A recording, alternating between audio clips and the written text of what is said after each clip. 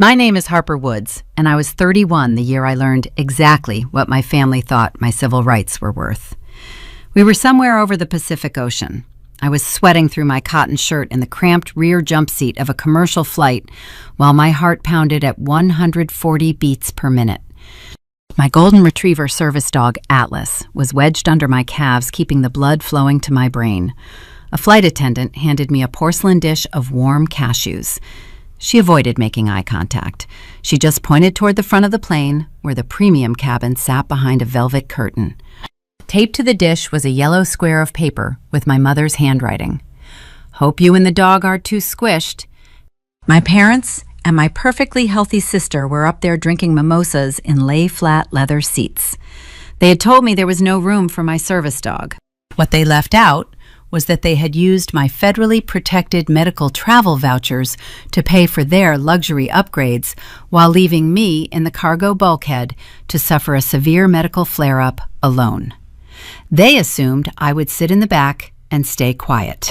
They forgot that I am an actuary, and I build my career on calculating exactly how to dismantle a liability. Welcome back to Aura Vengeance, where quiet people use hard evidence to tear down loud narcissists. If you know what it feels like to be treated like an inconvenience by the people who are supposed to protect you, tell me your age in the comments and hit subscribe. We have a lot of work to do. The math of my family has always been skewed. My father, Richard, runs a regional logistics firm and believes status is a substitute for character. My mother, Sylvia, treats country club optics like a full-time job. My younger sister, Vanessa, has never held a paycheck, but carries a handbag that costs more than my car. Then there is me. I assess risk. I read fine print. I navigate postural orthostatic tachycardia syndrome, a nervous system disorder that makes my blood pool and my heart race simply from standing up. The disparity started forming 4 hours earlier at the departure gate in Detroit Metro Airport. The morning sun cast long shadows across the terminal floor. I stood holding the heavy leather harness on Atlas while my mother inspected her pristine manicure. She reached into her designer tote and handed me a flimsy, thermal-printed boarding pass. Row 48, middle seat. She did not look up from her nails. "I am sorry, Harper. The gate agent said they enforce a strict weight limit on animals in the premium cabins. Atlas just does not fit the dimensions." I stared at the curling receipt in my palm. It was a statistical impossibility. The Americans with Disabilities Act prohibits airlines from restricting service animals based on cabin class, provided they fit within the passenger foot space. Atlas fit everywhere. He was trained to curl into a tight ball under any seat. I knew the federal regulations. I also knew the precise social cost of arguing with my mother in a public terminal. I folded the receipt and put it in my pocket. 10 yards away, bypassing the economy queue, my father and my sister stood at the priority podium. Vanessa wore oversized sunglasses indoors, tapping a manicured finger against her iced matcha latte. Richard handed his phone to the attendant to scan their digital passes. I stepped closer to throw away a coffee cup and heard the gate agent speak. Her voice carried a bright, professional cheerfulness. "Brilliant use of the medical vouchers, Mr. Woods. That covers the upgrade tier for all 3 seats. Enjoy the champagne service." Richard offered a modest, practiced nod. We had them sitting around, figured we should put them to use. My breath caught in my throat. 8 months prior, a different airline had mishandled my service dog clearance during a work trip, stranding us overnight in Chicago. The resulting settlement yielded 3 high-value, federally protected travel vouchers, issued strictly under my name and tied to my medical file. I had left the physical paperwork in my father's home safe for security because I lived in a ground-floor apartment with a history of break-ins. Sylvia adjusted her silk scarf holding her own boarding pass. The thick, glossy cardstock caught the terminal light. It was a stark physical contrast to the receipt I had just put in my pocket. "We will see you in Maui, sweetie." She turned her back and joined the priority lane. I did not point out the discrepancy. I did not raise my voice. I boarded early with the pre-clearance group walking the length of the aircraft. I passed the wide leather pods in first class, where a flight attendant was already pouring orange juice into crystal flutes. I kept walking until the aisle narrowed, the ceiling dipped, and the legroom vanished. Row 48 was pressed against the rear galley wall, directly across from the lavatories. Now, hours later, the floor panels vibrated beneath my boots. The cabin air tasted thin and metallic. My autonomic nervous system was failing to regulate my blood pressure. Every time the plane hit turbulence, my vision blurred at the edges. Atlas sensed the physiological shift. He pressed his heavy, warm chin onto my knees, applying the deep pressure therapy he was trained to perform. The physical grounding was the only thing keeping me from fainting. The flight attendant passed by again, carrying an empty tray of champagne flutes back from the front of the plane. I looked at the yellow sticky note she had delivered earlier. "Hope you and the dog aren't too squished." My mother had not sent the warm cashews to be kind. She sent them to remind me of my place. She wanted me to know they were enjoying the premium service, and she wanted to ensure I felt the isolation of the back row. People like Sylvia do not just want to win. They need you to know you lost. I brushed the salt from my fingertips. The physical pain in my chest was sharp, but my mind felt remarkably clear. As an actuary, I evaluate deficits. My father had just handed me a substantial data deficit. If he had used my medical vouchers, he had to bypass the security protocols on my federal travel portal. I reached under the seat and unzipped my carry-on bag. I pulled out my laptop and set it on the narrow plastic tray table. I navigated to the airline network screen and paid $30 for the in-flight internet connection. The loading icon spun on the screen, casting a pale blue light across my face. I needed to isolate the variables. I needed to see exactly how Richard Woods had stolen my civil rights to buy a glass of champagne. The data would not lie, and I was about to run the numbers. The blue light of my laptop screen illuminated the dark cabin. The airplane internet connection was notoriously slow, but I had built a career on patience. Actuaries do not rush. We gather data. We establish baselines. We look for the deviation in the pattern. I rested my wrists on the cold aluminum casing of my keyboard while the engine hummed a steady, low frequency through the floorboards. Atlas shifted his weight over my feet, letting out a soft sigh. He was working hard to keep my blood pressure stable, but the altitude was taking its toll. My joints ached and my vision swam every time I turned my head too fast. I took a slow breath and typed the web address for the Federal Travel Compliance Registry. This was the secure portal where my medical accommodations were logged. It was tied directly to my Social Security number and my diagnostic file. The loading icon spun in a lazy circle. I watched it, feeling the familiar tightness in my chest that always accompanied a severe symptom flare-up. The screen refreshed. The dashboard loaded. I clicked on the tab labeled Issued Compensation. 3 digital vouchers should have been sitting in the active file. They were the result of a grueling civil rights mediation from the previous year. They were highly restricted documents meant to guarantee safe, accessible seating for me and my service animal on future flights. The active file was empty. I moved my cursor to the transaction history. The page loaded, revealing a transfer receipt dated 48 hours ago. The destination fields were filled with 3 names: Richard Woods, Sylvia Woods, Vanessa Woods. The upgrade tier was listed as Premium First Class. Below the names was a mandatory compliance checkbox. It required the user to certify that the disabled passenger was being appropriately accommodated. Someone had checked the box and typed in a justification code: passenger accommodated via alternate specialized seating. They had legally classified the cramped jump seat by the rear lavatories as a specialized medical accommodation. My fingers hovered over the trackpad. This was not a simple family disagreement over seating arrangements. This was not my mother being careless or my sister being spoiled. By logging into a federal portal and transferring medical compensation across state lines using a forged digital signature, my father had crossed a very distinct legal boundary. He had committed wire fraud. I did not close the laptop. I needed to understand the exact mechanism of the breach. I navigated to the account security settings and pulled the active session logs. The portal displayed the IP address used to authorize the transfer. It was registered to the internet service provider at my parents' house in Grand Rapids. Then I noticed the digital breadcrumbs.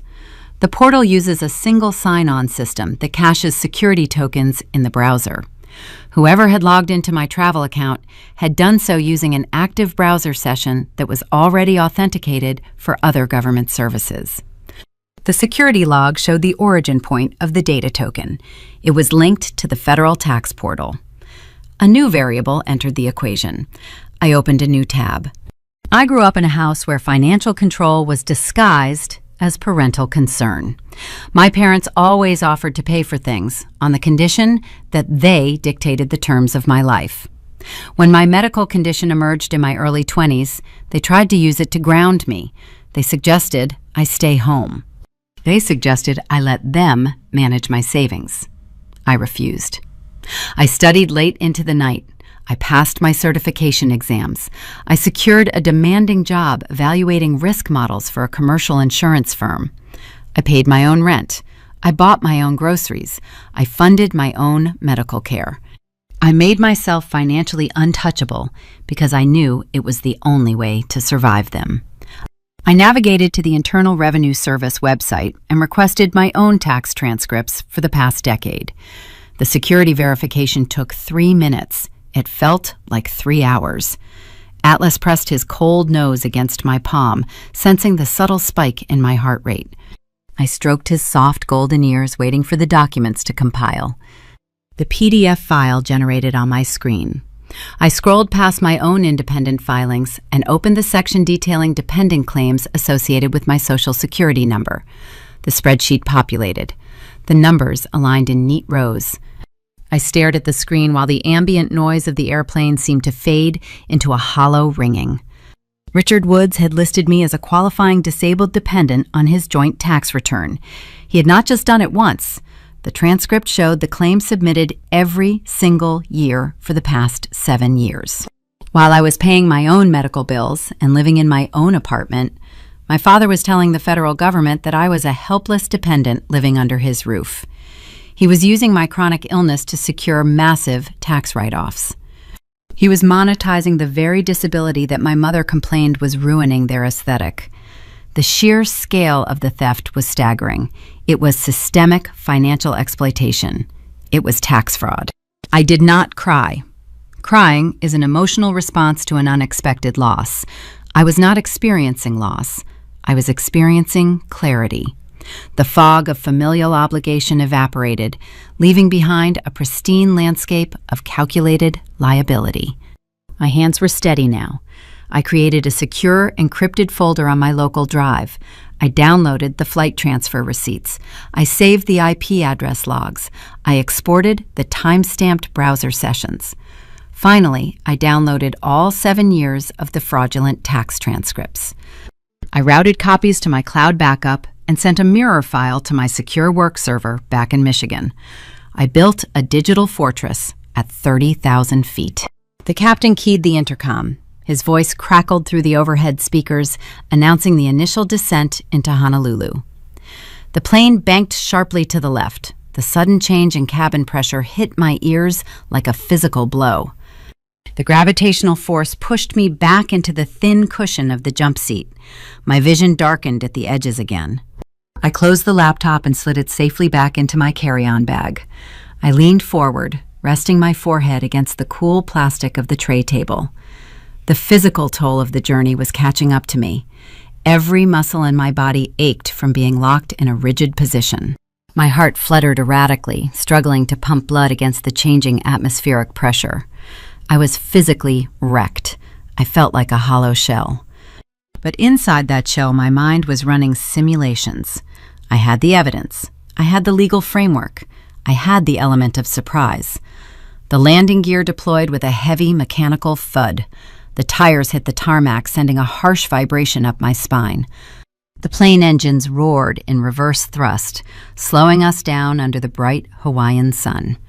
I unbuckled my seatbelt and clipped the leather mobility lead onto the harness Atlas wore. He stood up, shaking out his golden coat, ready to work. I knew my family would be waiting in the terminal. They would be standing near the premium baggage carousel, refreshed and glowing from their luxury flight. They would expect me to walk off this plane exhausted and compliant. They would expect the quiet daughter who always absorbed their disrespect without a word. They had no idea what was in my bag. They had no idea that the quiet daughter had just become their biggest liability. I took a slow breath of the stale cabin air.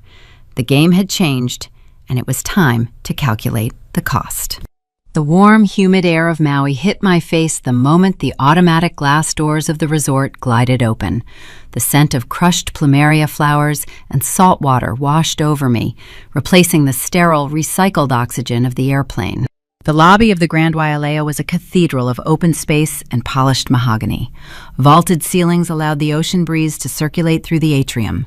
A cascading waterfall feature echoed against the walls, masking the sound of rolling luggage. I stood near the entrance, leaning my weight onto the rigid handle of the mobility harness Atlas wore. My knees trembled slightly. The concrete floor felt unsteady beneath my boots, a lingering side effect of the altitude and my unregulated blood pressure. I needed hydration and rest. 10 feet ahead of me, my family operated in a different reality. They had slept for the past 8 hours in lay-flat pods. They looked refreshed, vibrant, and ready to consume the luxury they believed they deserved. Richard and Sylvia did not head straight to the reception counter to secure our room keys. They stopped in the center of the VIP seating area. A cluster of affluent guests wearing designer resort wear sat on plush white sofas, sipping welcome drinks. My parents immediately recognized the social currency of the room. They began networking. I watched my father shake hands with a man wearing a platinum dive watch. Richard laughed loud and practiced. The service was impeccable, Richard told the stranger. They kept the vintage champagne flowing the entire flight over. Honestly, crossing the Pacific in premium class is the only civilized way to travel. We arrived feeling like we never left our living room. Sylvia stood beside him, nodding in agreement. She held a crystal glass of infused water, handed to her by a passing server. "It is so important to arrive refreshed," she murmured. "We have a full itinerary of private snorkeling and spa treatments. You simply cannot do that if you fly in the main cabin." I remained near the sliding doors, a silent spectator to their performance. Atlas sat patiently at my feet, his golden tail sweeping the floor in a slow rhythm. We were a visual contradiction to the affluent aesthetic my parents were trying to sell. I wore a wrinkled cotton travel shirt and tactical boots. My service dog wore a functional medical harness. We looked like a liability. Sylvia noticed me. The warm social smile vanished from her face, replaced by a tight, thin line of irritation. She excused herself from the conversation and walked over to where I stood. "Harper," she whispered, keeping her voice low to avoid drawing attention, "you are blocking the main thoroughfare." "I am waiting for my room key," I replied. My voice was raspy from the dry cabin air. Sylvia glanced nervously at the affluent guests lounging on the white sofas. "They are busy checking us in. Listen, the main elevators are glass and they run right through the center of the atrium. It is going to look very crowded if you try to squeeze that dog in there with the other guests. Atlas weighs 70 pounds, Mom. He fits under a standard dining chair." Sylvia waved a manicured hand, dismissing the logic. "It ruins the aesthetic, Harper. People pay a lot of money to not have animals panting on them in an enclosed space. There is a service elevator down the left corridor past the laundry staging area. Take the dog and go wait by the West Wing corridor. We will bring your key when we are done here."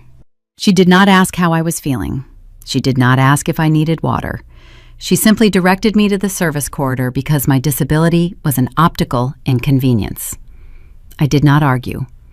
Arguing requires energy, and my reserves were dangerously low. More importantly, arguing removes the tactical advantage of being invisible. I nodded, turned the mobility harness, and guided Atlas toward the left corridor. I did not go all the way to the laundry staging area. I stopped behind a wide decorative pillar clad in dark teak wood. The vantage point offered a clear, unobstructed view of the main reception desk. I leaned against the cool wood, signaling Atlas to lie down and rest. 5 minutes later, Richard approached the front desk to finalize the check-in process. The clerk, a young woman in a crisp linen uniform, tapped away on her terminal. "Welcome, Mr. Woods," she said, her voice carrying across the polished stone.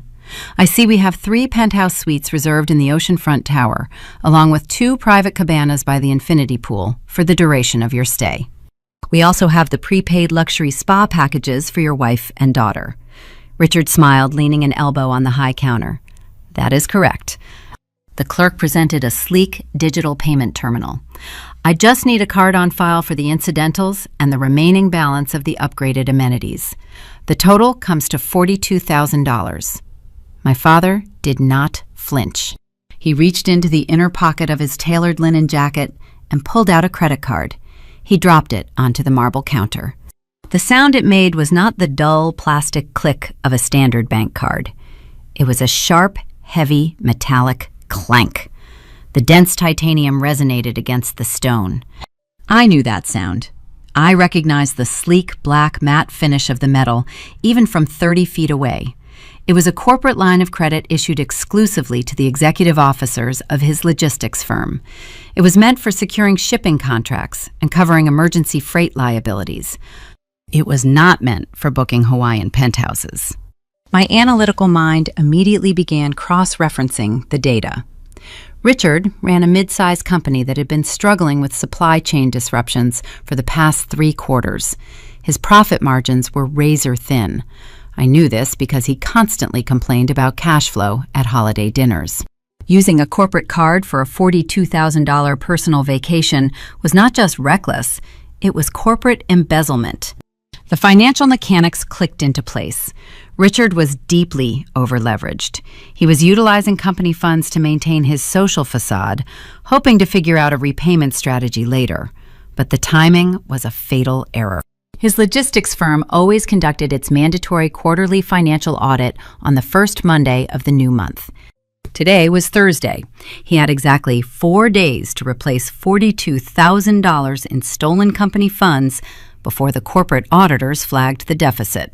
If he failed, he would face immediate termination and federal embezzlement charges. My father was not a wealthy man enjoying the fruits of his labor. He was a desperate man standing on a trap door. Vanessa walked past the teak pillar, staring intently at her phone. She tapped the screen with growing frustration, letting out an annoyed sigh. "This place is supposed to be 5 stars, she muttered to herself.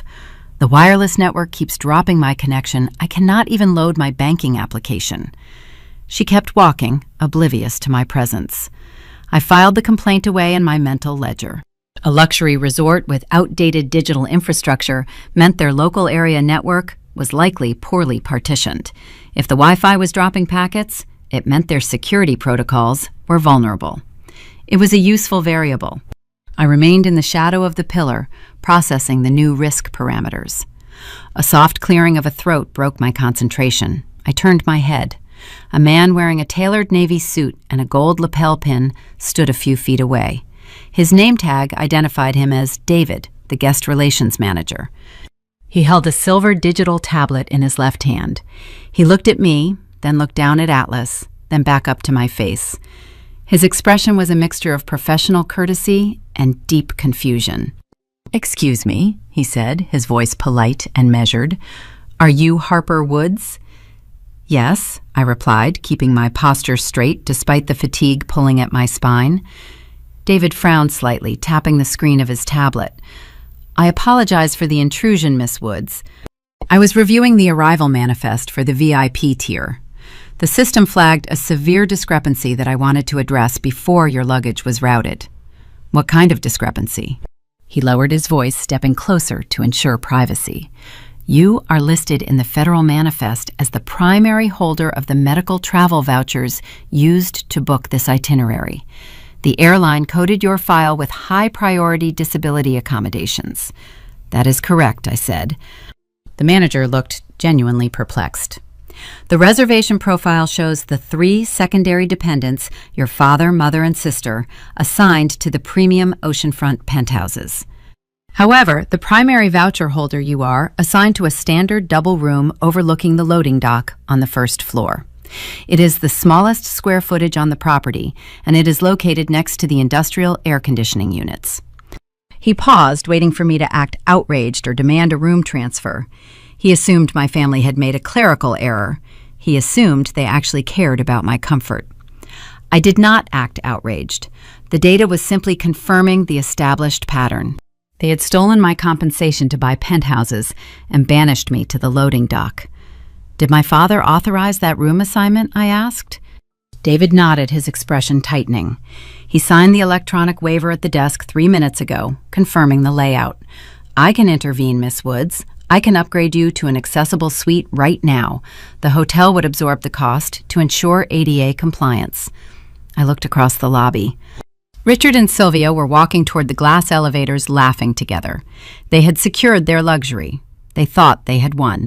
No, I said, keep the room assignments exactly as my father authorized them. I prefer the quiet. The manager hesitated, clearly uncomfortable with the liability the hotel was assuming by placing a disabled guest in a substandard room while her able-bodied family took the luxury suites. I reached out my hand. But I would appreciate your business card, David.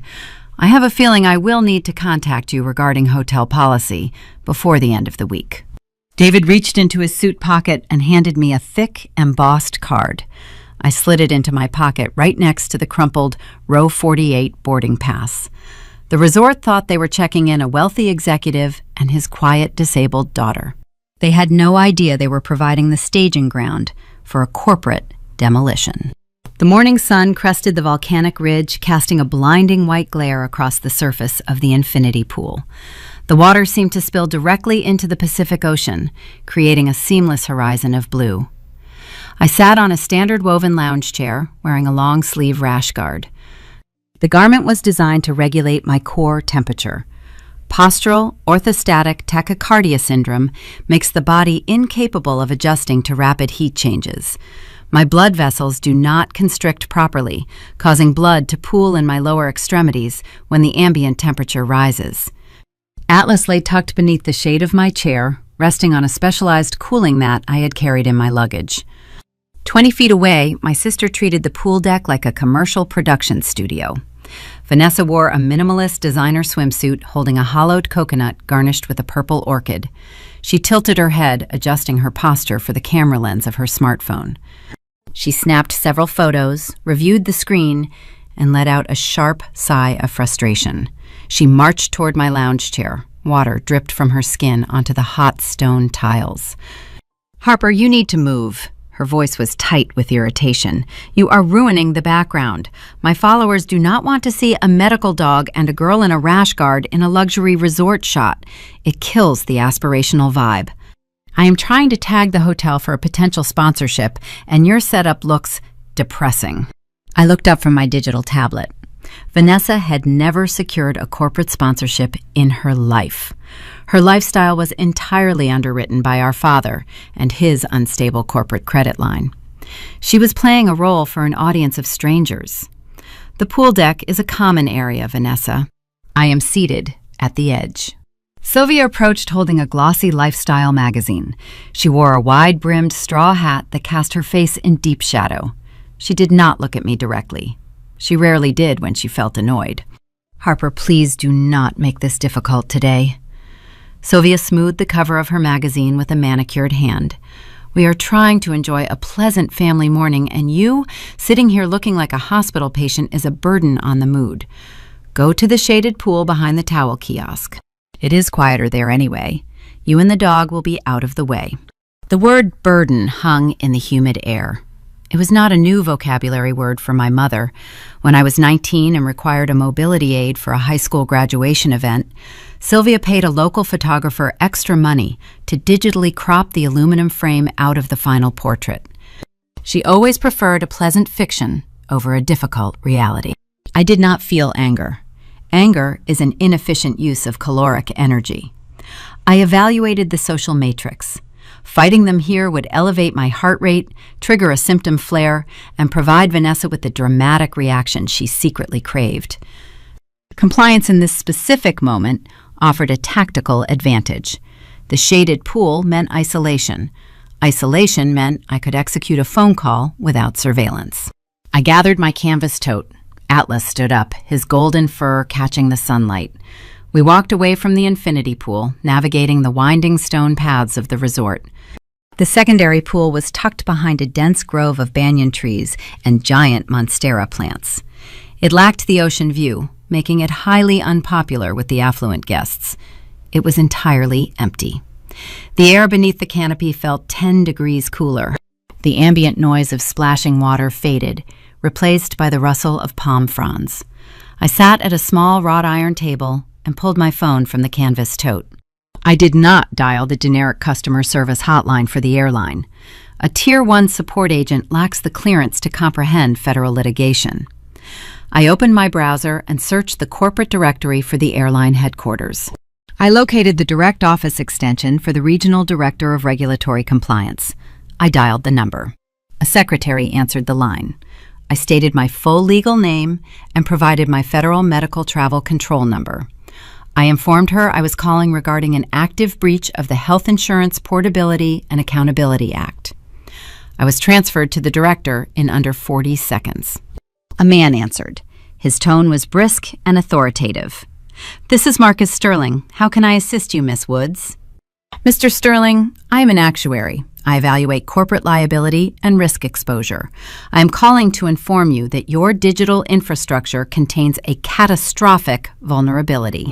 48 hours ago, your system allowed a third party to access my secure federal travel profile, bypass two-factor authentication, and transfer 3 protected medical compensation vouchers to unauthorized individuals." Sterling let out a soft, practiced chuckle. It was the sound of a corporate executive attempting to de-escalate a confused consumer. Miss Wood's family members frequently assist passengers with booking details. The system assumes a shared surname indicates an authorized caretaker. If there is a dispute over seating, we can issue a standard flight credit for your inconvenience. I kept my voice devoid of emotion. Cold, factual delivery is the currency of corporate warfare. This is not a seating dispute, Mr. Sterling. It is federal wire fraud. I possess the time-stamped IP logs proving the transfer was executed from an external device without my digital consent. Furthermore, by accepting that forged transfer, your gate agents forced a documented disabled passenger into a rear bulkhead jump seat during a 10-hour trans-Pacific flight. This resulted in a severe autonomic nervous system crisis requiring emergency stabilization techniques. You did not just allow digital theft, you facilitated physical harm, violating Title 14 Code of Federal Regulations, Part 382. The line went silent. The practiced corporate chuckle vanished. I pressed the advantage. I am currently drafting a formal complaint to the Department of Transportation and the Federal Aviation Administration. Based on the documentation I secured during the flight, your airline could face a federal injunction. An injunction of that nature would ground your entire Hawaiian fleet pending a compliance audit. I calculate your daily operational losses on this route at roughly $4 million. Miss Woods. Sterling spoke again. His voice had dropped an octave. The brisk authority was gone, replaced by a thin, tight layer of panic. Please do not file that injunction. We take ADA compliance with the highest level of severity. There is a distinct possibility our system flagged the transfer incorrectly due to a legacy software error. It is not a possibility. It is a documented reality. The data logs are currently secured on a remote server. Listen to me, Miss Woods. Sterling was breathing heavier now. Do you have legal representation yet? Are you currently located at the Wailea Resort? I am. Do not contact the Federal Aviation Administration. I am mobilizing an executive crisis management team immediately. We will fly them out on the next direct corporate charter. We want to rectify this liability in person. Please remain on the property. We will make this right. I will be waiting, I said. I ended the call. I placed the phone face down on the wrought iron table.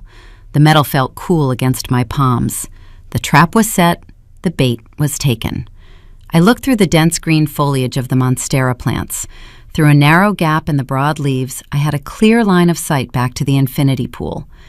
Richard was standing by the edge of the water, laughing loud and wide, sharing a joke with another guest.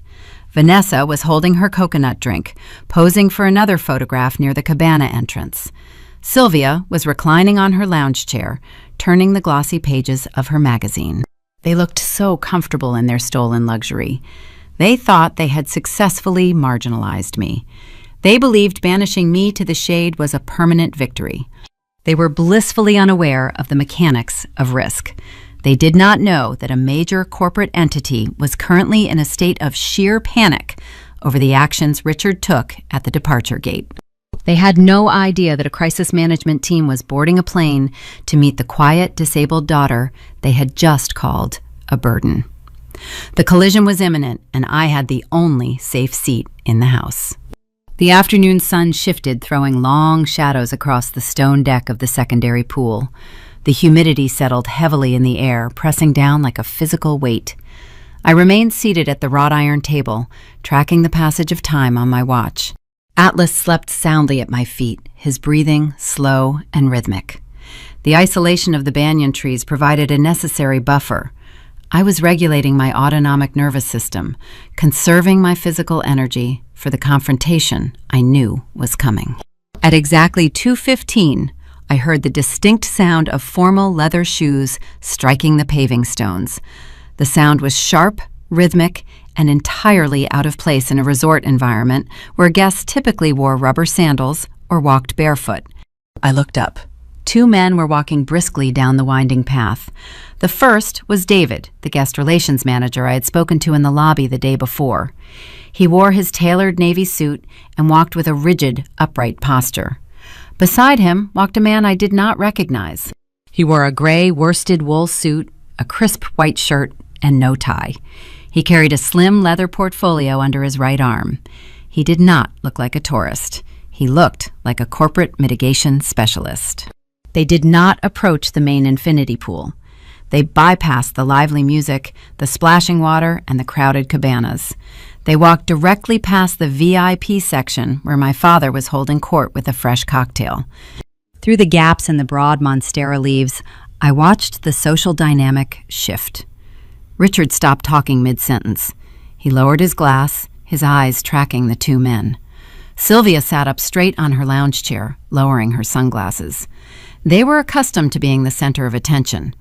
They paid a premium to be the most important people in any given area.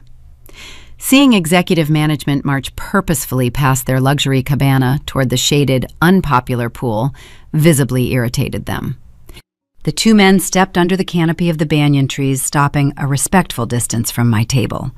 Atlas lifted his head, letting out a low, soft huff, but did not stand. He assessed their body language and determined they were not a threat. Miss Woods. David, the manager, spoke first, offering a formal nod. Thank you for your patience today. I would like to introduce Arthur Vance. He is a senior executive mitigation officer representing the airline corporate headquarters. He flew in on a private charter this morning specifically to address the situation regarding your travel accommodations. Arthur Vance stepped forward. He did not offer a practiced smile or a generic corporate greeting.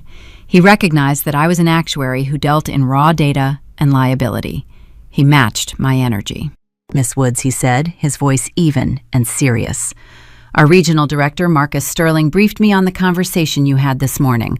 Our internal cybersecurity team verified the access logs. Your assessment was entirely accurate. The digital portal was compromised from an external location utilizing cached tax credentials. The transfer of your medical vouchers was unauthorized. He placed the slim leather portfolio on the wrought iron table between us. We acknowledge the catastrophic failure of our gate agents to verify identity protocols. We acknowledge the severe physical distress you endured as a result of being forced into the rear bulkhead jump seat. We are prepared to offer an immediate and comprehensive resolution to prevent this matter from escalating to the Federal Aviation Administration. Vance opened the portfolio. He withdrew a thick, heavy envelope made of premium watermarked paper. The flap was sealed with a dark red wax stamp bearing the airline corporate crest. He handed it to me. I took the envelope. The paper felt substantial, expensive. I slid my thumb under the flap and broke the seal. The crisp, tearing sound of the wax fracturing echoed sharply in the quiet shade. It was the sound of a corporate entity attempting to buy my silence. I pulled out a multi-page document bound with a brass clip. The cover letter was signed directly by the Chief Executive Officer of the airline. It offered a formal apology for the civil rights violation. But apologies are merely social pleasantries. The subsequent pages contained the actual value of the interaction. It was a non-disclosure agreement and a financial settlement contract. The terms were staggering. In exchange for my signature waiving my right to pursue federal litigation or contact the Department of Transportation, the airline offered two specific items. First, a lifetime platinum travel pass, granting me and my service animal unrestricted access to first-class seating on any route worldwide. Second, an expedited direct wire transfer of a massive cash payout meant to cover medical damages and punitive compensation. I scanned the numerical figure, $250,000, $250,000 in tax-free compensation. They wanted to bury the vulnerability in their system before the federal regulators found out they were operating a compromised digital portal. They were terrified of an injunction. I kept my facial expression entirely neutral. A slight widening of the eyes or a sharp intake of breath would signal to Vance that I was overwhelmed by the sum. In negotiations, displaying awe immediately strips you of your leverage. I simply nodded. Before I could reply, the crunch of footsteps on gravel broke the silence. Harper, what exactly is going on here? Richard and Sylvia rounded the banyan trees, marching into the shaded enclosure. My father carried his cocktail glass, his face flushed with a mixture of heat and annoyance. My mother trailed closely behind him, her jaw set tight.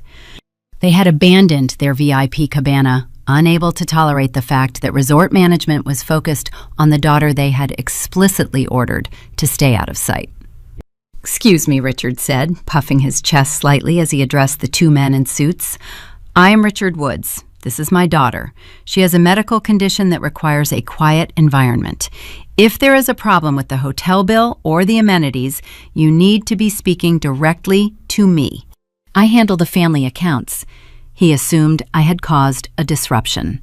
He assumed I was a liability, requiring his intervention.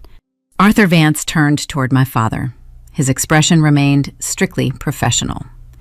"Mr. Woods, we are not here to discuss a hotel billing issue.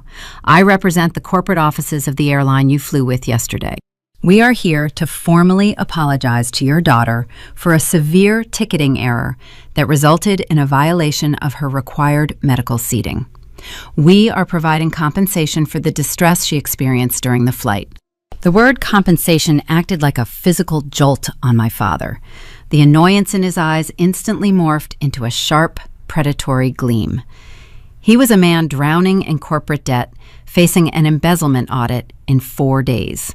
The prospect of unexpected financial input overrode his irritation. Compensation. Richard stepped closer, setting his cocktail glass down on the edge of the wrought iron table. "Well, that is very proactive of your company. We were quite upset that she was separated from us during the flight. It caused a great deal of anxiety for the whole family. We paid a premium to ensure a comfortable trip." He was rewriting history in real time. He was attempting to position himself as the aggrieved protector.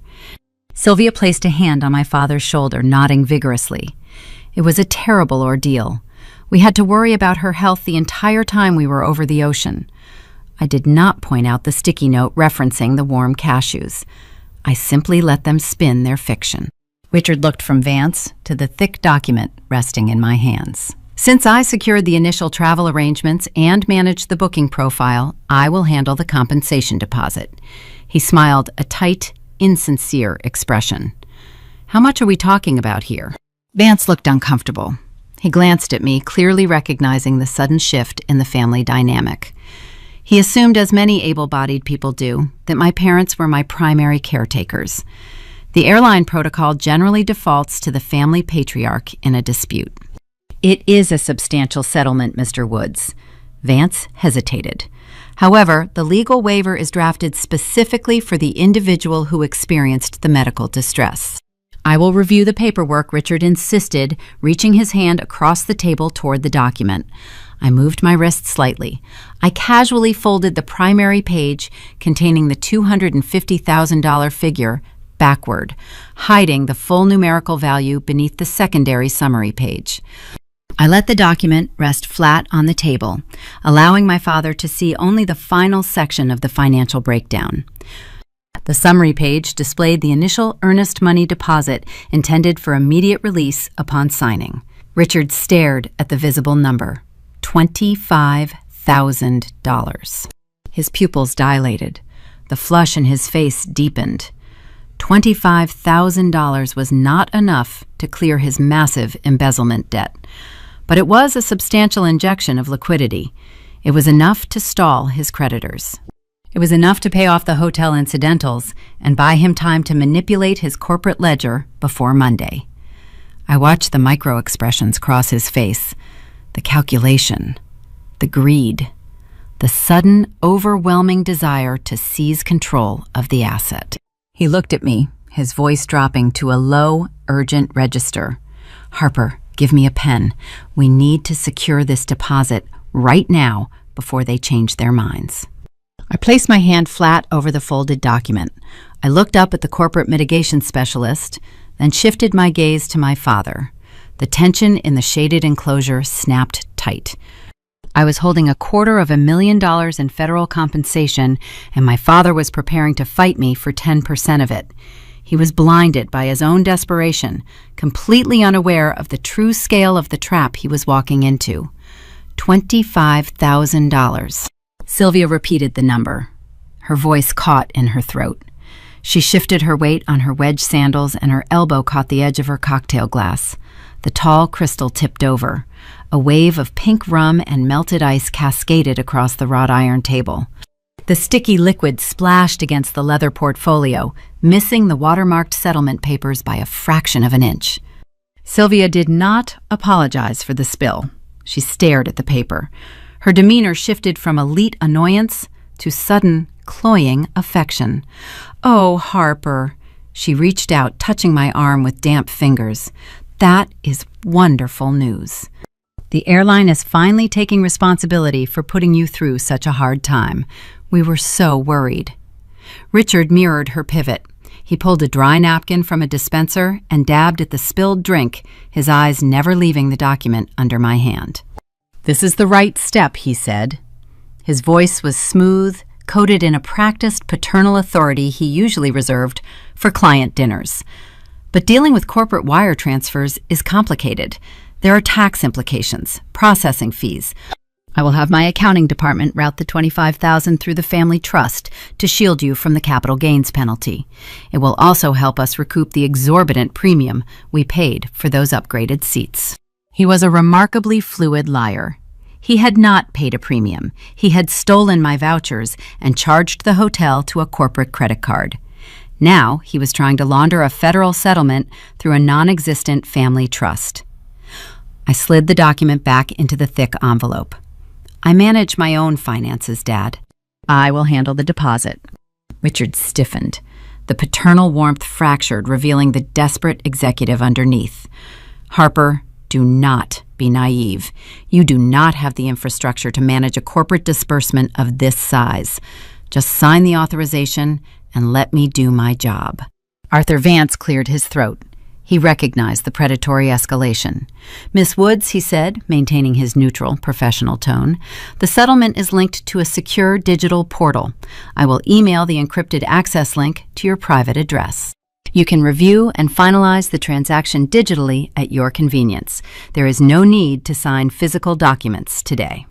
"Thank you, Mr. Vance," I said.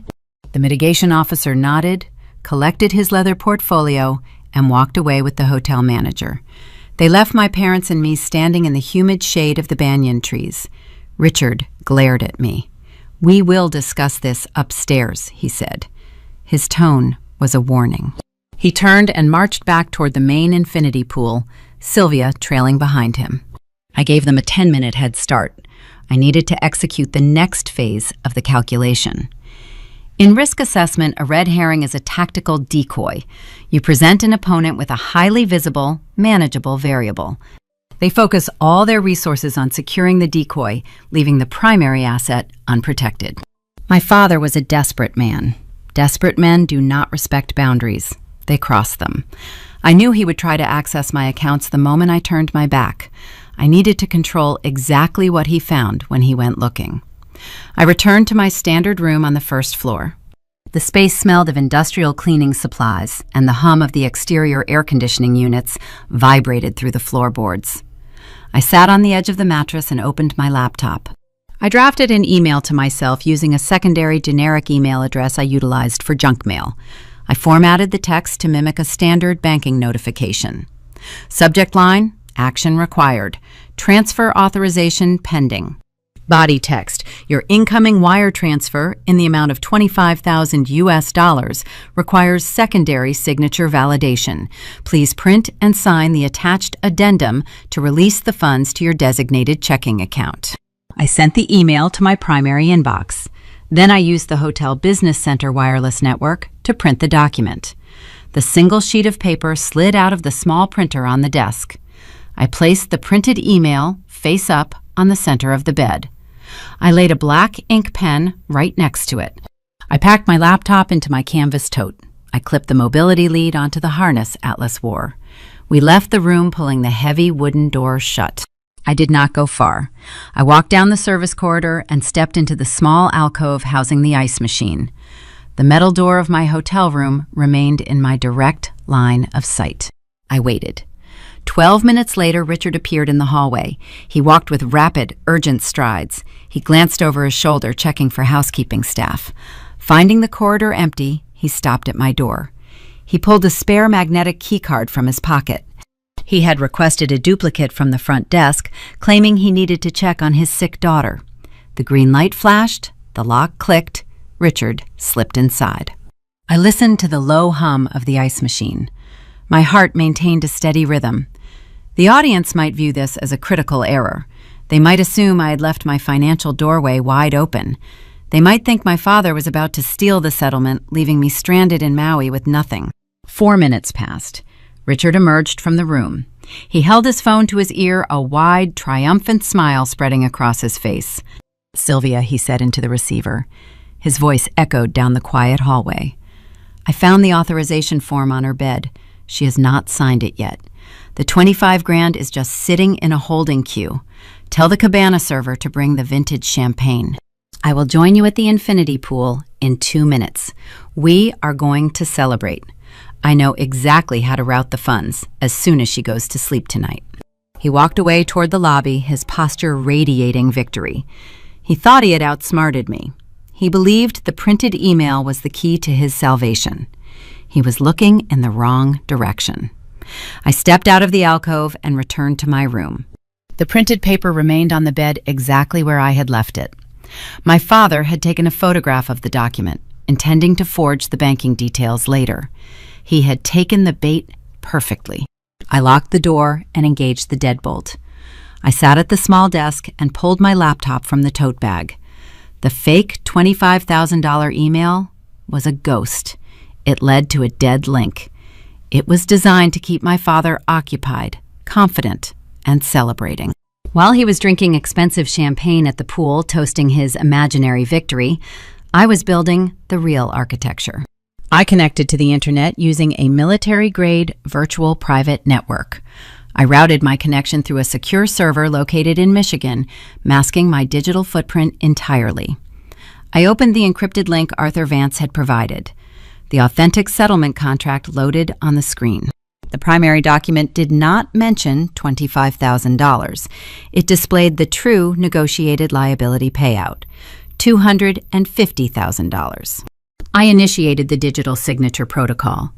I established a new irrevocable trust, routing the funds away from any joint banking architecture my family could ever trace. I locked the asset behind multiple layers of biometric authentication. My father thought he was stealing a lifeboat. He did not realize I had already purchased the entire ocean liner. But the illusion of his victory was fragile. He was still drowning in corporate debt, and the timeline for his embezzlement audit was ticking down. When he realized that $25,000 was a mirage, his desperation would require a new target, and I was the only target left in the building. My phone vibrated against the cheap laminate desk in my room. A text message from my mother illuminated the screen. "Come to the penthouse immediately. We need to have a family meeting." I stared at the brief command. Family meetings in the Woods household were never democratic forums. They were coordinated ambushes designed to overwhelm a target. I closed my laptop, ensuring the encrypted confirmation screen faded to black. The primary settlement funds were secure behind a military-grade virtual private network. I patted my leg, signaling Atlas to stand. We navigated the labyrinth of resort corridors, leaving the industrial hum of the ground floor behind. We entered the glass elevator, rising rapidly toward the oceanfront tower. The sudden elevation change made my ears pop and my vision swim. I gripped the brass handrail, waiting for my blood pressure to stabilize. The doors slid open directly into a sprawling living space. The penthouse smelled of fresh orchids and expensive citrus room spray. Floor-to-ceiling windows offered an unobstructed panoramic view of the Pacific Ocean. It was a space designed to project unquestioned power and limitless resources. Sylvia was pacing across a hand-woven imported rug. Vanessa sat on a white linen sofa holding a tall iced coffee. Richard was notably absent. This was a deliberate, tactical choice. My father was sending the women to break my defenses using emotional leverage before he stepped in to collect the financial spoils. Vanessa placed her drink on the glass coffee table. The condensation left a wet ring on the pristine surface. "Harper, we need to talk about your toxic behavior." She used the slow, measured tone of an internet wellness influencer. "You are harboring a lot of negative energy, and it is impacting the family dynamic. We are trying to hold space for your medical issues, but you are creating an unsafe environment with your financial selfishness." I stood near the entryway. I did not sit down. Sitting relinquishes physical leverage in a confrontation. I evaluated her vocabulary. Words like toxic and unsafe were borrowed phrases weaponized to disguise plain greed. Vanessa had spent her entire adult life avoiding actual labor. 2 years ago, she demanded a lavish destination wedding in Tuscany. Richard hosted 200 guests at a private historic villa. He projected the image of a wealthy benefactor, but I had seen the exorbitant interest rates on the personal loans he took to fund the event. Vanessa lived in a pristine bubble, subsidized entirely by debt. Now that bubble was losing atmospheric pressure. "You have $25,000 sitting in a transfer queue." Vanessa continued, her voice rising in pitch. "Dad saw the email on your bed. You do not even have a mortgage, Harper. You just sit in your apartment with the dog all day. We have actual liabilities." My wedding vendors are still sending collection notices. Dad and Mom have stretched their credit limits to bring us on this beautiful trip. You need to transfer that deposit to Dad today so we can clear these balances. It is the responsible thing to do for the people who love you. I watched my sister closely. Her usual arrogant posture was missing. Her shoulders were rigid. Her knuckles were white where she gripped her knees. The iced coffee cup was trembling slightly on the glass table, rattling against the coaster. Vanessa was not just acting entitled. She was terrified. The analytical gears in my mind locked into place. Vanessa knew the truth. She knew Richard had utilized his corporate logistics credit line to pay the $40,000 hotel bill. My father must have confessed the reality to her and Sylvia in a moment of panic after his initial card was swiped at check-in. The family was entirely leveraged on stolen funds. If they did not secure cash to cover the resort folio before checkout, Richard would face his corporate partners on Monday morning with an empty ledger. He would be arrested for commercial embezzlement. Sylvia stopped pacing. She pressed a manicured hand over her eyes. A genuine sob escaped her throat. "I cannot believe you are doing this to us, Harper. We brought you to Hawaii. We included you in this vacation, and now you are trying to tear this family apart over a corporate technicality?" She looked at me, her eyes red and swimming in tears. True tears of self-pity are the most manipulative force in nature. After everything we have sacrificed for your medical care, after all the doctors and the special accommodations over the years, you owe us this money. You owe your father your compliance. The sheer audacity of her statement hung in the sterile, conditioned air. I looked at the two women who shared my genetic code. They viewed my disability as a line of credit they could draw from whenever their lifestyle outpaced their income. I spoke evenly, keeping my vocal cords relaxed. Cold, factual delivery removes the oxygen from an emotional fire. You did not include me, Mom. You forced me into the rear bulkhead while you drank champagne using my federal medical vouchers. The funds in that account are not a family slush fund. They are federal compensation for a civil rights violation. They exist solely because Dad committed wire fraud. Vanessa stood up. The influencer facade crumbled, instantly replaced by pure panic. You are such an ungrateful brat. Dad is going to lose his company. We are going to lose everything because you are hoarding a check you do not even deserve. Just sign the authorization paper, Harper. Do it right now. I adjusted the leather lead in my hand. Atlas leaned his heavy golden frame against my leg, providing a steady anchor of warmth in the freezing room. There will be no transfer, I said. I will not fund your lifestyle with my medical compensation. And I will not protect Dad from the consequences of his own corporate theft. Sylvia gasped, pressing her hand to her mouth. She realized I knew the depth of their financial ruin. Vanessa took a step toward me, her face pale and her hands curled into fists. I did not wait for them to escalate further. I turned and walked out of the penthouse, allowing the heavy wooden door to click shut behind me. I stood in the quiet, carpeted hallway waiting for the elevator to arrive. My heart beat in a steady, measured rhythm. The emotional ambush had failed, but the timeline was still ticking down toward the Monday audit. Richard was a desperate executive, cornered by his own actions, and his family was panicking. If guilt and manipulation could not extract the signature he needed, he would not simply walk away. He believed the fake authorization paper was sitting in my room. He believed he was one forged document away from salvation. The elevator bell chimed softly. I stepped inside the glass car. I knew if I did not finalize the digital locks on the true settlement funds immediately, his desperation would turn dangerous. The game was moving rapidly from psychological warfare to physical theft. My father was going to breach my perimeter, and I needed to be in position when the trap finally snapped shut. The resort fitness center was located in the lower basement levels, far away from the natural light and ocean breezes. I rarely exercised in public spaces, but maintaining muscle tone in my legs was a critical component of managing my autonomic nervous system.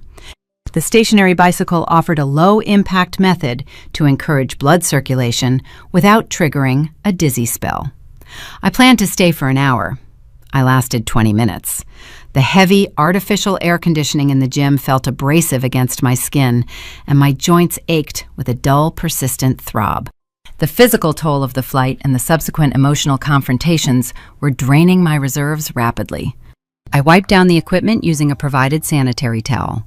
I clipped the mobility lead onto the heavy leather harness Atlas wore. We walked slowly back toward the first-floor service corridor. I intended to lie down, elevate my feet, and finalize the security parameters on my newly created irrevocable trust. We turned the corner into the dimly lit hallway. The carpet absorbed the sound of my tactical boots. 10 yards from my designated room, Atlas stopped abruptly. His ears swiveled forward, pinning back against his skull. The golden retriever let out a low, rumbling growl. It was a sound I rarely heard him make. It was not an aggressive bark, but a deep, vibrating warning, signaling a territorial intrusion. I paused. The heavy wooden door to my room was slightly ajar. A sliver of pale, artificial light spilled out onto the dark, patterned carpet. I did not call out. I did not announce my presence. I moved silently, pushing the door open with the flat of my palm. Richard was sitting at the small laminate desk, facing away from the door. He was not looking for physical cash or jewelry. My canvas tote bag lay open on the mattress, emptied of its contents. My silver laptop was open on the desk, illuminating my father in the darkened room. He leaned close to the screen, his fingers moving rapidly across the keyboard. Beside the computer lay the fake authorization paper I had printed earlier. He had brought his own pen. He was not just forging a physical signature. He was actively attempting to execute a digital breach. My analytical mind processed the scene with cold precision. Richard knew a physical signature on a printed email was insufficient to move corporate funds. He needed direct access to my banking portal to initiate the wire transfer. He had stolen my laptop utilizing the duplicate magnetic keycard he acquired from the front desk. He was currently attempting to bypass my two-factor authentication protocols. He was committing his second act of federal wire fraud in under 72 hours. I did not scream. I did not demand an explanation. Yelling triggers a defensive adrenaline response in the opponent. It makes them unpredictable. Instead, I reached into my pocket and retrieved my smartphone. I opened the camera application, disabling the flash to ensure the lighting remained natural. I framed the shot carefully, capturing the back of his head, the open laptop screen, the forged paper, and the distinct serial number engraved on the desk lamp for location verification. I pressed the capture button. The faint digital shutter sound echoed in the quiet room. Richard jumped. His shoulders hit the back of the small wooden chair, causing it to scrape harshly against the floor. He spun around, his face draining of color. His eyes, wide and panicked, darted from my face to the smartphone in my hand and back again. I lowered the device. Wire fraud carries a federal penalty of 20 years, Dad. My voice was entirely devoid of emotion. It sounded clinical, detached, exactly like an actuary reading a liability report. He scrambled to his feet, holding his hands out in front of his chest in a placating gesture. Harper, this is not what it looks like. I was just organizing your paperwork. I noticed you left your computer out and I wanted to make sure it was locked down properly. There are a lot of housekeeping staff moving through these hallways. It was a pathetic, transparent lie. A desperate man will construct any fiction to avoid facing the reality of his own theft. Step away from the desk, I commanded. He hesitated, his eyes darting toward the open laptop. He was calculating his odds. He was weighing the possibility of physically overpowering me to complete the transfer. He saw the cold, flat determination in my gaze and recognized that I would not yield. He also saw Atlas standing rigid beside me, the 70-pound animal radiating protective tension. Richard took a slow step backward, raising his hands higher. You are overreacting, Harper. We are family. I was trying to secure the deposit for us. You do not understand the financial pressure I am under right now. The logistics company needs capital. I am trying to save our livelihood. Your embezzlement is not my liability, I said. Do not touch my property again. I walked forward, keeping my posture perfectly straight, despite the exhaustion pulling at my muscles. I closed the lid of the silver laptop, severing his access. I picked up the forged authorization paper, sliding it into my jacket pocket alongside the crumpled boarding pass and the manager's business card. I now possessed physical and digital proof of his intent to steal. He watched me, his breathing shallow and rapid. The paternal authority he loved to project was completely shattered. He stood in the cheap hotel room looking small, cornered, and profoundly weak. Get out, I said. He did not argue. He walked past me, his head bowed, his footsteps heavy on the carpet. The door clicked shut behind him, leaving me alone in the humming silence of the room. I locked the deadbolt, sliding the security chain into place. I sank onto the edge of the mattress, my legs finally giving way. My heart pounded a rapid, chaotic rhythm against my ribs. Atlas placed his heavy chin on my knee, whining softly. I stroked his golden fur, waiting for the adrenaline spike to subside. The incident fundamentally altered the risk parameters of the vacation. Richard was no longer just manipulating social dynamics or utilizing guilt. He was actively breaking into my room and attempting to hack my digital infrastructure. A drowning man will pull anyone under the water to save himself. My father was drowning, and he had targeted me as his flotation device. The fake $25,000 smokescreen was no longer sufficient protection. I could not wait until the evening to finalize the true settlement. I needed to lock down the irrevocable trust immediately, before he escalated his methods. I opened my phone and drafted an urgent text message to Arthur Vance, the airline corporate mitigation specialist. Mr. Vance, a security breach has occurred at my location. I require the notary meeting to be moved to this afternoon. I must execute the settlement documents immediately. The response arrived in under 30 seconds. Understood, Miss Woods. We have secured the executive boardroom on the mezzanine level. A certified notary public will be present at 3 o'clock. We will finalize the transfer today. I set the phone on the nightstand. The timeline was compressing. My family was unraveling under the weight of their own leveraged lies.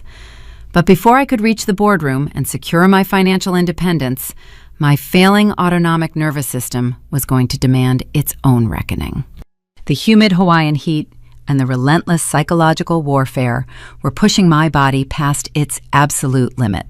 A medical crisis was looming on the horizon, threatening to derail my entire calculation just as the final pieces were sliding into place. The notification confirming the 3 o'clock boardroom meeting sat unread on my lock screen. I had exactly 45 minutes to navigate the sprawling resort property and secure my financial independence. I packed the silver laptop back into the canvas tote, ensuring the zipper was fully closed. I adjusted the leather mobility harness across Atlas, securing the heavy brass buckles. My hands were shaking slightly. A persistent low-grade headache throbbed behind my eyes, a common precursor to a severe autonomic drop.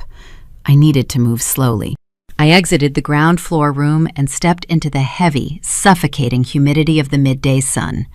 The most direct route to the mezzanine level required traversing the extensive botanical gardens that linked the residential towers. The air in the gardens was stagnant, trapped beneath the dense canopy of ancient banyan trees and flowering hibiscus. I walked along the winding aggregate path, focusing my vision on the geometric patterns in the stone. 50 yards ahead, a familiar group blocked the walkway. Richard, Sylvia, and Vanessa were strolling leisurely, admiring a cascading water feature. They had clearly regrouped after Richard failed his digital breach attempt. They looked composed, dressed in fresh linen resort wear, presenting a united front of affluent leisure. Sylvia spotted me first. Her posture stiffened.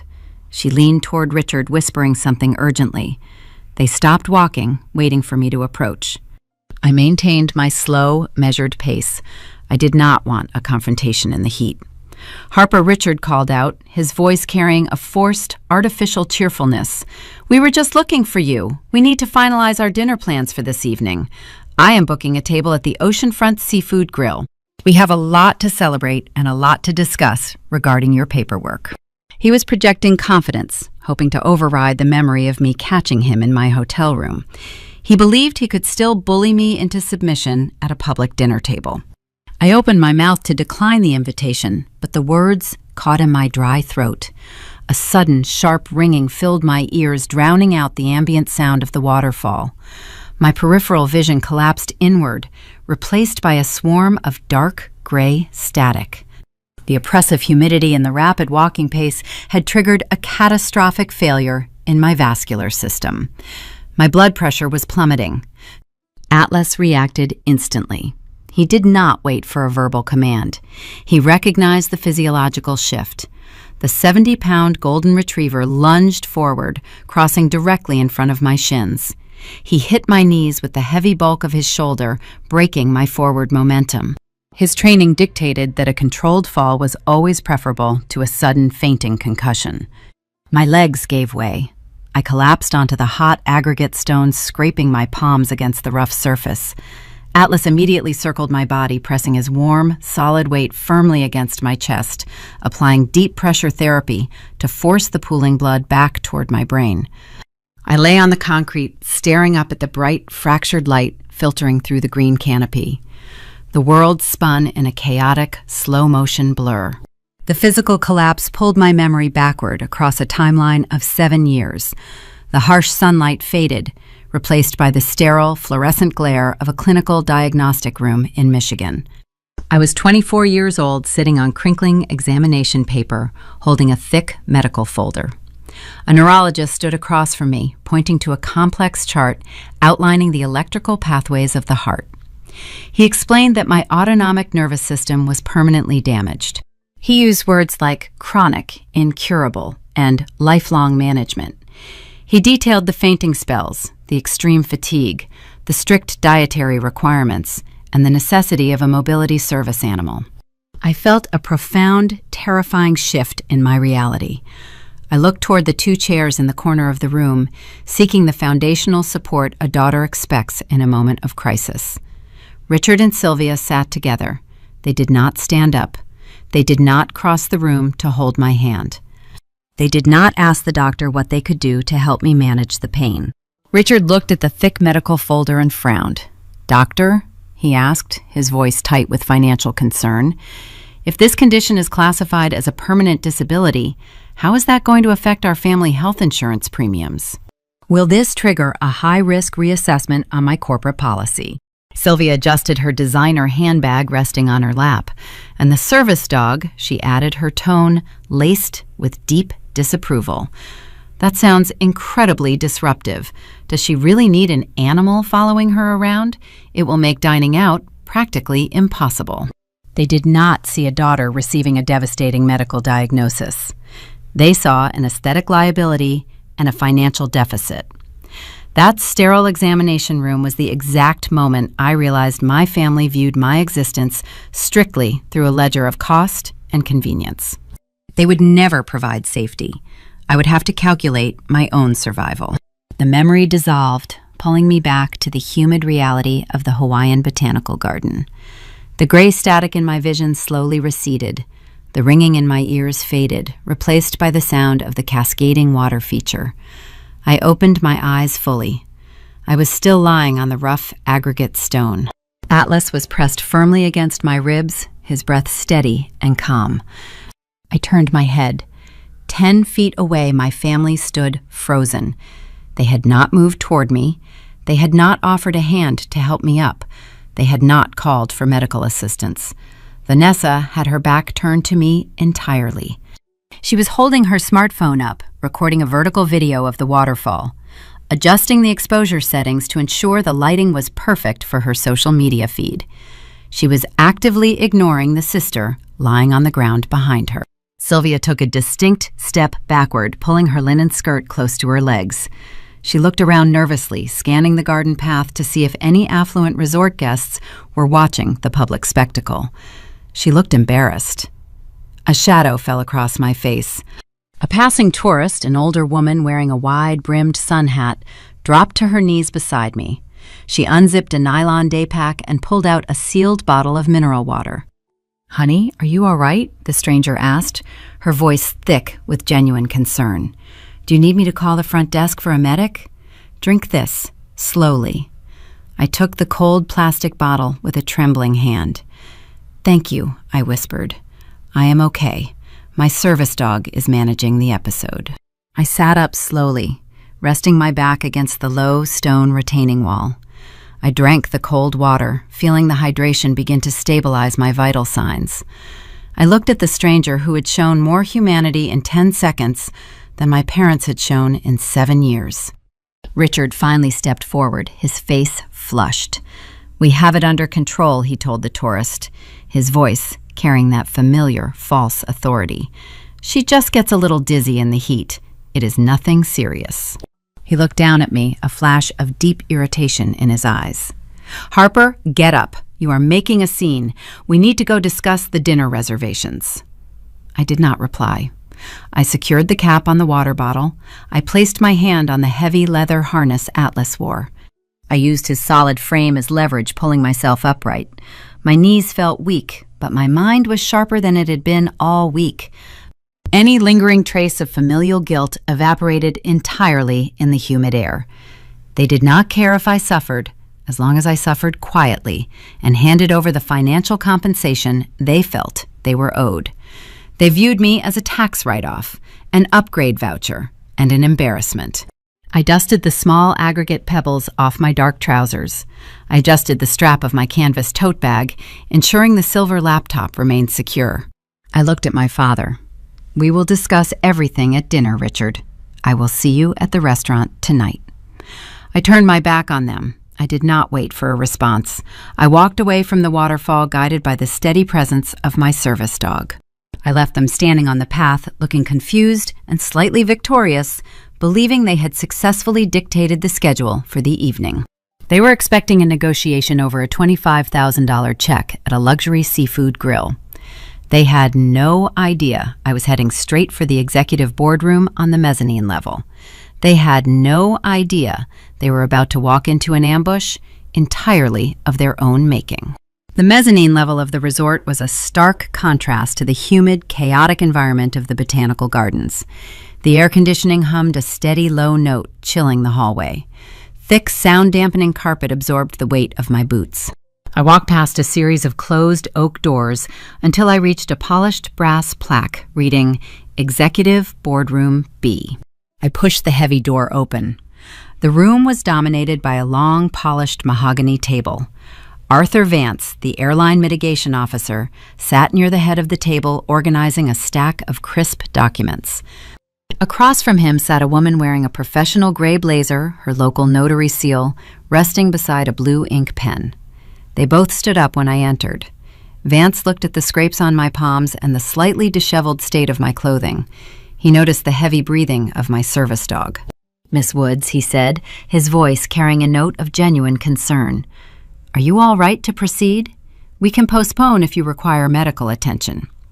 I took a seat in a high-backed leather chair. "I require the settlement to be finalized today, Mr. Vance. My medical condition is precisely why we are having this meeting." He nodded, accepting the cold reality of the situation. He slid a thick, bound contract across the polished wood. "The documents outline the terms exactly as we discussed," he explained.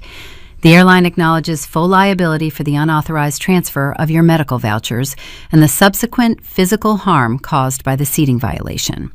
In exchange for your signature releasing us from further federal litigation, we will execute a direct wire transfer of $250,000. I did not read the apology letter on the front page again. I opened the contract to the financial stipulations. Actuaries do not skim legal text. We dissect it. We look for the loopholes, the hidden variables, the clauses that allow an opponent to rewrite the agreement later. I ran my finger down the heavy paper, stopping at Section 4. "Mr. Vance," I said, tapping the paragraph, "this transfer authorization lists a standard routing protocol. It implies the funds could be redirected to a secondary party if they present a generalized power of attorney." Vance frowned slightly, leaning forward. "That is standard boilerplate language, Miss Woods. It allows for financial managers to process the deposit on behalf of a client." "I need it struck from the record," I stated. "My family has a history of executing unauthorized digital transfers using my credentials. I require an ironclad non-transferability clause. The funds must be routed exclusively into a newly established irrevocable trust. The trust requires my biometric verification for any withdrawal. If anyone, including my father, attempts to present a power of attorney or a secondary authorization form, the airline must reject the transfer and freeze the account." The mitigation officer looked at me, processing the intense, specific demand. He understood immediately that I was not just protecting myself from corporate malfeasance. I was building a firewall against my own family. He picked up his pen. "I will amend the clause right now." He crossed out the standard language and wrote the specific, irrevocable trust parameters in the margins, initialing the change. I reviewed the amendment. It was legally binding. It was impenetrable. My father believed he was hours away from intimidating me into handing over a $25,000 check. He did not know he had already been permanently locked out of a $250,000 settlement. I picked up the blue pen. I signed my full legal name on the 3 designated lines. The physical act of signing felt light, effortless. It was the culmination of years spent enduring the dismissive weight of my family. The notary pulled her official seal across the table. She pressed the heavy metal clamp down onto the paper. The rhythmic thud of the stamp echoed in the quiet boardroom. Thud, thud, thud. The sound finalized the transaction. The digital wire transfer was initiated the moment the notary logged the document into the secure portal. The funds were moving securely, safely out of reach of the Richard Woods logistics empire. Vance collected the copies, sliding them into his leather portfolio. Miss Woods, the financial compensation is complete. Now, regarding the secondary element of the settlement, the Lifetime Platinum Travel Pass has been activated on your digital profile. He handed me a sleek, black physical card embossed with my name and the airline logo.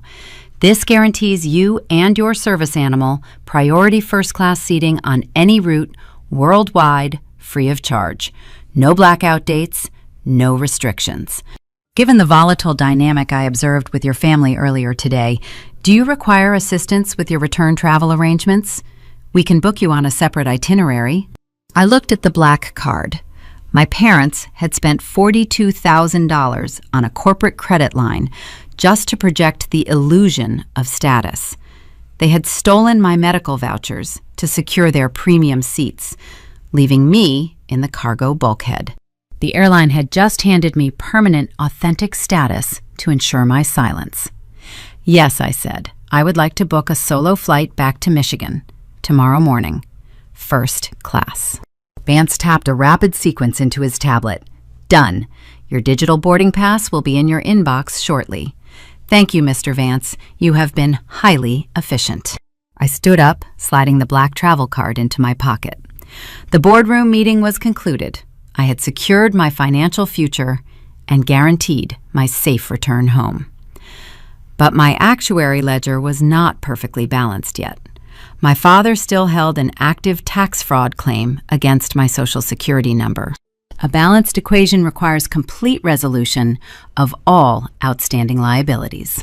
I walked out of the boardroom and stopped in the quiet, chilled hallway. I pulled my smartphone from my pocket. I opened the encrypted folder containing the downloaded IRS transcripts. I navigated to the federal whistleblower portal utilized for reporting systemic tax evasion. The form was stark and straightforward. I filled in Richard Woods. I provided his corporate tax identification number. I uploaded the time-stamped logs proving he had fraudulently claimed an independent adult as a disabled dependent for 7 consecutive years, securing illegal tax write-offs. I pressed submit. The confirmation screen appeared, a small green checkmark indicating the federal investigation queue had received the data. The IRS does not ignore 7 years of documented fraud. They audit. They freeze assets. They prosecute. I slid the phone back into my pocket. I felt a profound sense of structural integrity. I had dismantled my father's financial machinery completely. I had removed his ability to leverage my medical condition for his own gain. The trap was set, the steel jaws pulled back and locked into place. I checked the time. It was 4:30 in the afternoon.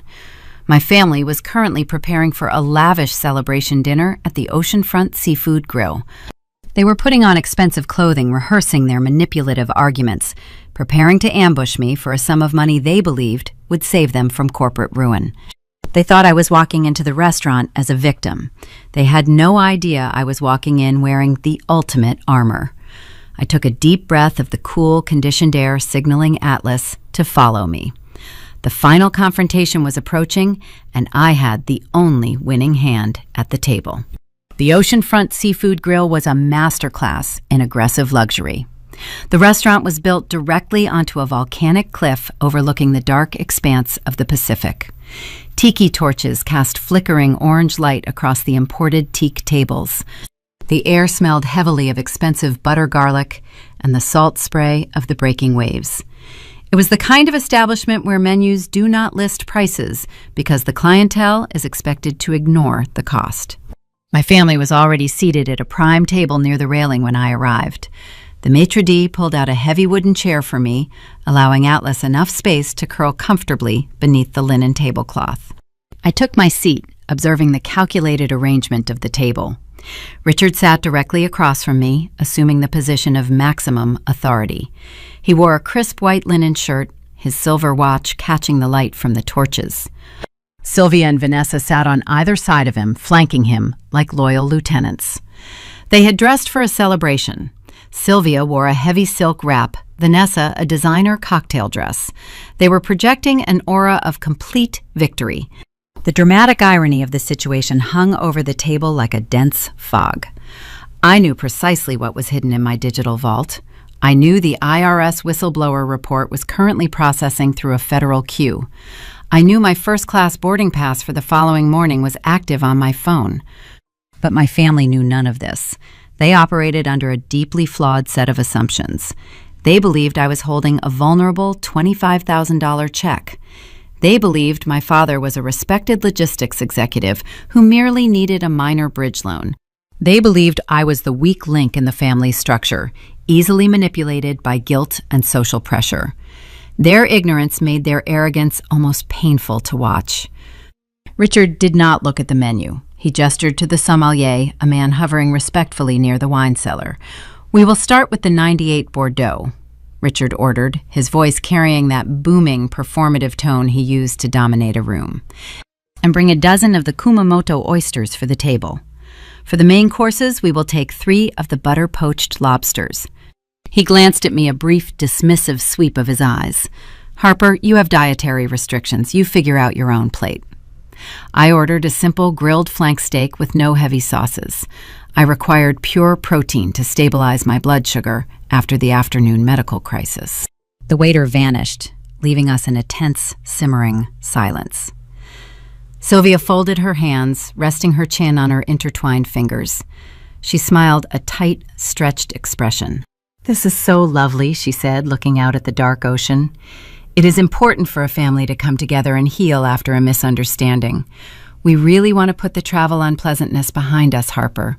We want to move forward." Her definition of moving forward meant erasing the reality of my suffering. It meant pretending the 10 hours I spent sweating in a cramped jump seat had never happened. The sommelier returned, presenting the vintage Bordeaux. He uncorked the dark glass bottle with a soft, practiced pop. He poured a small tasting measure for my father. Richard swirled the dark red liquid, inhaled the bouquet, and nodded his approval. The waiter filled 3 large crystal glasses, leaving my water goblet untouched. Richard picked up a heavy silver spoon. He tapped it sharply against the side of his wine glass. The sharp ringing sound cut through the ambient noise of the restaurant, drawing the attention of several nearby tables. He was deliberately creating a public spectacle, locking me into a social performance. He raised his glass high, the dark wine catching the torchlight. "I want to propose a toast," Richard announced, his voice projecting over the sound of the crashing waves. "To family, to weathering the rough patches and coming out stronger on the other side." Vanessa raised her glass, a wide, eager smile on her face. Sylvia echoed the gesture. I kept my hands resting flat on my lap. "And I want to share some exciting news," Richard continued, leaning forward, resting his forearms on the table. "I spoke to a real estate broker back in Grand Rapids this afternoon. We have been looking at that beautiful lake house property up north, the one Vanessa always loved for summer weekends." He paused, letting the anticipation build. He was orchestrating the emotional climax of his fiction.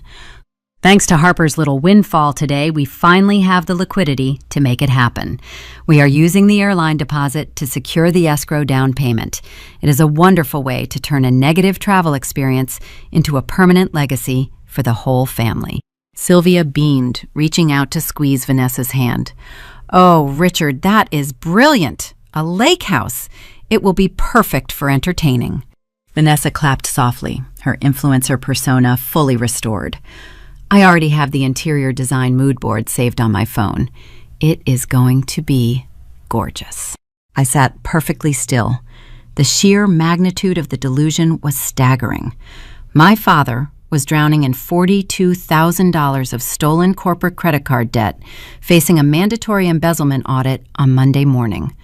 Yet he was sitting at a 5-star restaurant ordering $1,500 worth of vintage wine and lobster, openly bragging about buying a luxury lake house with money he did not possess. He was lying to his wife. He was lying to his daughter. He was lying to himself. He had constructed a massive, unstable house of cards, and he expected me to act as the foundational support. Richard lowered his glass. He set the silver spoon down and extended his right hand across the table, palm facing upward. The performative warmth vanished from his eyes, replaced by a hard, desperate demand. I need the transfer authorization, Harper. Hand it over. I need to route the funds into the primary family account tonight so the broker can verify proof of funds in the morning. The table went completely silent. The ambient noise of the restaurant, the clinking silverware, the soft jazz playing over the speakers, all seemed to fade into a dull hum. The pacing slowed to an agonizing crawl. The trap I had spent the last 48 hours building was finally triggered. I did not flinch. I did not raise my voice. I picked up my heavy steak knife and the silver fork. I carefully cut a small, perfectly square piece of the grilled flank steak. I leaned down, dropping the meat under the linen tablecloth. I felt the soft, warm brush of Atlas taking the food from my fingers, a quiet reward for his steady service. I sat back up, I picked up a crisp white linen napkin, and deliberately wiped the corner of my mouth. I folded the napkin and placed it beside my water goblet. I looked directly into my father's eyes. The desperate executive staring back at me was entirely hollow. "There will be no transfer," I said quietly. The words landed on the teak table like heavy stones. Richard's extended hand froze in midair. The confident smirk slid off his face, leaving behind a blank, uncomprehending stare. Sylvia stopped smiling. Vanessa lowered her wine glass, her knuckles turning white around the crystal stem. The dramatic irony dissolved, replaced by cold, brutal reality. The charade was over. The negotiation was dead. The quiet, disabled daughter they had consistently marginalized was about to tear the remaining structure of their lives down to the bedrock. The teak table felt solid and immovable beneath my fingertips. Richard lowered his extended hand. The performative warmth he had projected for the rest of the restaurant evaporated. His jaw tightened, a prominent vein pulsing near his temple. He leaned forward, invading my physical space across the centerpieces. The smell of his expensive cologne mixed with the sharp scent of the ocean breeze. "What did you just say?" he demanded, his voice dropping into a low, dangerous register. I kept my posture relaxed. Tension signals vulnerability. "I am not transferring the settlement funds," I repeated. My articulation was crisp and deliberate. Richard gripped the edge of the table. His knuckles turned a pale, mottled white. "You are going to sign that authorization form tonight, Harper. We paid for this trip. We flew you out here. We put a roof over your head at this luxury resort. You owe us this money. Do not test my patience." I looked at him, analyzing the flawed foundation of his argument. He was relying on the traditional dynamic of parental authority to enforce compliance. He expected me to fold under the threat of his anger. I reached into my canvas tote bag and retrieved my smartphone. "You did not pay for anything, Richard," I said. I placed the phone face down on the table. "You utilized a corporate line of credit to secure the 3 penthouses and the poolside cabanas. I watched you place the black titanium card on the marble reception desk yesterday morning. The total incidental hold was $42,000. Your logistics firm initiates its mandatory quarterly financial audit on Monday morning. You do not possess the personal liquidity to reimburse the account before the corporate accountants review the ledger. You are attempting to use my civil rights settlement to cover your embezzlement." Sylvia let out a sharp intake of breath. She turned her head, staring at her husband. Her eyes darted rapidly, processing the implication of the words corporate line of credit. Richard had clearly lied to her about the source of the funding. He had sold her the fiction of an unexpected company bonus. Richard opened his mouth to speak, but no sound emerged. The color drained from his face, leaving his skin a pale, sickly gray. I tapped the screen of my phone, bringing up the photo gallery. I slid the device across the smooth wood, stopping it just inches from his empty plate. Furthermore, I continued, my tone remaining flat and analytical, you realized the printed email on my bed was unsigned. You recognized that a physical signature was insufficient to redirect a corporate wire transfer. So you entered my room utilizing a duplicate keycard. You opened my laptop and attempted to bypass my two-factor authentication to execute a digital theft. Richard looked down at the illuminated screen. The photograph displayed a crystal-clear image of the back of his head, his hands resting on my silver keyboard, the forged authorization papers sitting beside the desk lamp. Wire fraud carries a federal penalty of 20 years, I stated. You committed the offense twice in 72 hours. First, when you stole my medical travel vouchers at the Detroit departure gate. Second, when you attempted to breach my digital portal this afternoon. Vanessa shifted uncomfortably in her chair. She picked up her smartphone, holding it like a protective shield. "Dad," she whispered, her voice trembling. "What is she talking about? Tell her she is lying." Richard did not answer his younger daughter. He could not tear his gaze away from the photograph. The photographic evidence dismantled his ability to deny the reality of his actions. But your most critical error was a failure to accurately assess the value of the asset I added. I retrieved the thick, watermarked envelope from my tote bag, placing it next to the phone. I did not open the flap. The visual presence of the document was sufficient. You assumed the settlement was $25,000 because I allowed you to read a secondary summary page outlining the earnest money deposit. A corporate entity facing a federal injunction does not settle a severe ADA violation for $25,000. I paused, letting the silence stretch across the table. The true payout is $250,000. The numerical figure hit the table with the concussive force of a physical blow. Sylvia began to hyperventilate. Her chest heaved in rapid, shallow gasps. She clutched the lapels of her silk wrap, her mouth opening and closing like a fish pulled onto dry land. $250,000. It was a sum of money that could have erased their debt, stabilized their future, and maintained their affluent facade indefinitely. And you have zero access to it, I informed them. Vanessa dropped her phone. The device clattered harshly against the teak wood, sliding into her empty water goblet.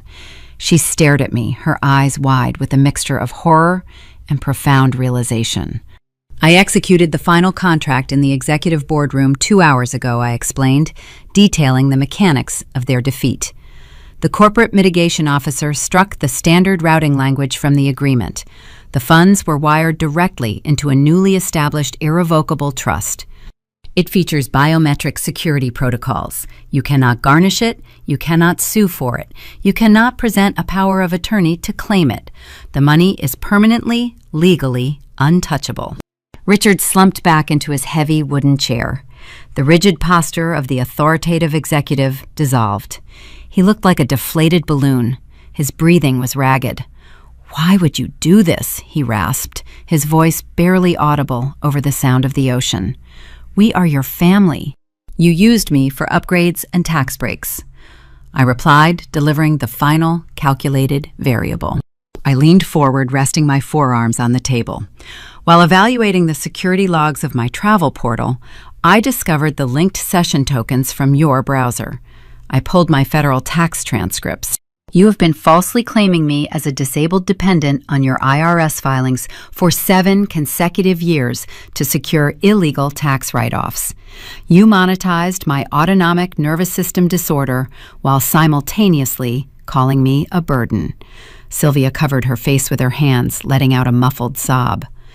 Before I attended the settlement meeting today, I utilized the federal whistleblower portal. I uploaded the time-stamped IP logs, the forged travel vouchers, and the 7 years of fraudulent tax returns directly to the Internal Revenue Service investigation queue. Richard closed his eyes. A visible tremor shook his shoulders. He understood the math. The corporate embezzlement would cost him his career. The IRS audit would cost him his freedom. A waiter in a crisp white jacket approached the table, holding a sleek black leather folio. He placed it gently near my father. Excuse me, Mr. Woods. The sommelier requested I drop the initial receipt for the vintage Bordeaux and the raw bar selections. The total is $1,500. He will be right out to pour the second round. The waiter bowed slightly